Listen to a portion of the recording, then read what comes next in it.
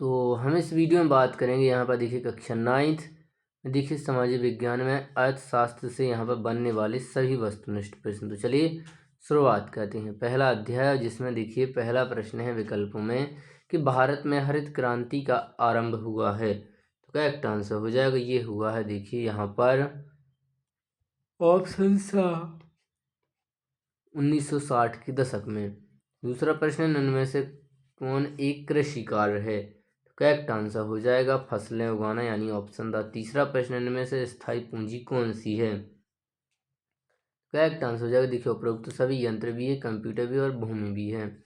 चौथा प्रश्न है इनमें से उत्पादन के कारक में कौन आता है, तो करेक्ट आंसर आ जाएगा देखिए यहाँ पर ये आता है श्रम यानी ऑप्शन।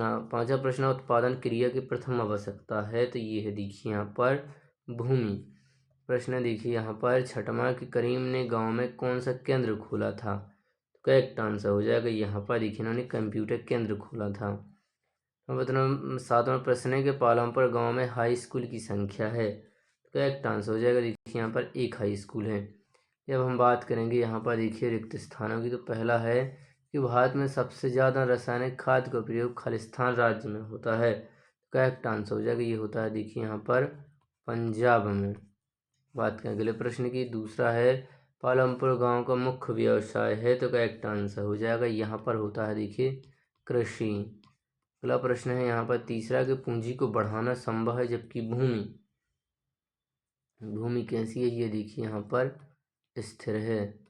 बात है अगले प्रश्न की कि भूमि मापने की इकाई है, तो ये है देखिए यहाँ पर हेक्टेयर। कौन है देखिए यहाँ पर हेक्टेयर है, इससे देखिए भूमि मापा जाता है। अगला पांचवा कच्चा माल तथा नगद पैसों को खालिस्तान कहते हैं, तो इसे देखिए कहा जाता है कार्यशील पूंजी कहा जाता है। इसे क्या कहा जाता है, इसे देखिए यहाँ पर कहा जाता है कार्यशील पूंजी देखिए कहा जाता है। तो जा बना हुआ है बड़ी जी यानी पूंजी। अगला देखिए यहाँ पर सत्तों में, और इससे पहले देखिए यहाँ पर दो जो रिक्त स्थान है वो भी बचते हैं। चौथा देखिए भूमि मापने की इकाई है, इसका करेक्ट आंसर क्या हो जाएगा देखिए यहाँ पर हेक्टेयर है जो हमने आपको बताया है, तो ये हो जाएगा देखिए हेक्टेयर। अब प्रश्न है देखिए पांचवा के कच्चा माल तथा नगद पैसों को कहते हैं, तो उसे देखिए कहा जाता है यहाँ पर कार्यशील देखिए यहाँ पर पूंजी कहा जाता है।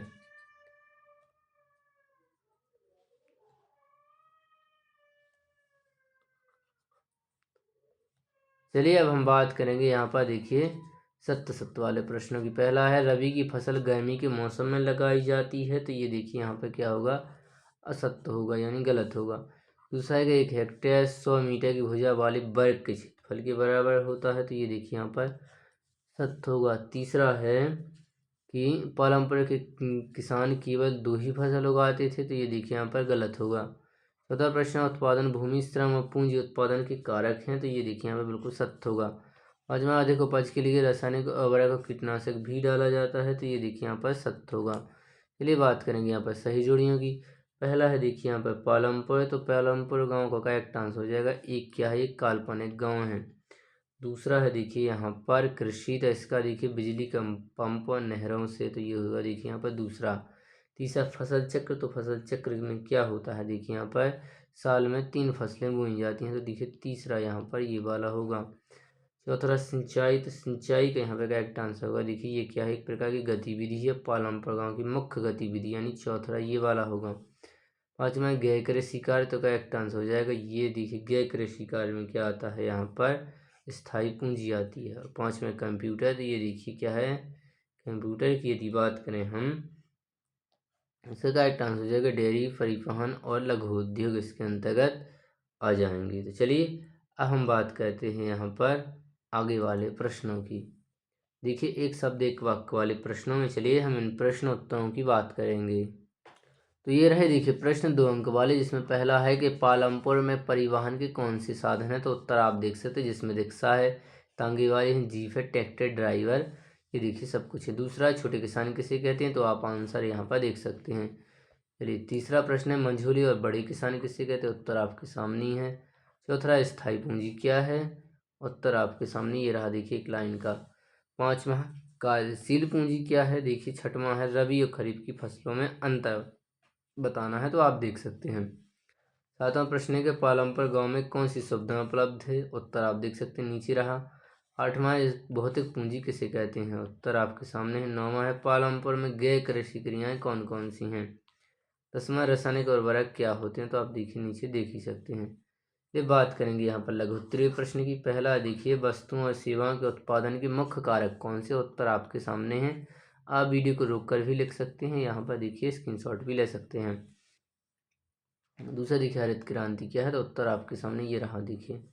तीसरा है पालमपुर में परंपरागत बीजों एवं HIV बीजों से किसकी उपज होती है? तो आप उत्तर देख सकते हैं नीचे। चौथा है आधुनिक कृषि विधियों से प्राकृतिक संसाधनों पर क्या प्रभाव पड़ा? तो देखिए बुरा ही प्रभाव पड़ेगा, आंसर आप देख सकते हैं। 5वां है कि रासायनिक खाद के क्या दुष्परिणाम है, यानी इसकी बुराइयां बताइए। चलिए, और इसी के साथ यहाँ पर बनने वाले इस प्रश्न में सभी जो पूरे प्रश्नोत्तर हैं, विकल्प हम सबकी हम बात कर चुके हैं। तो अब हम आपसे मिलेंगे इसके अगली पार्ट में, जिसमें बात करेंगे दूसरे पार्ट की।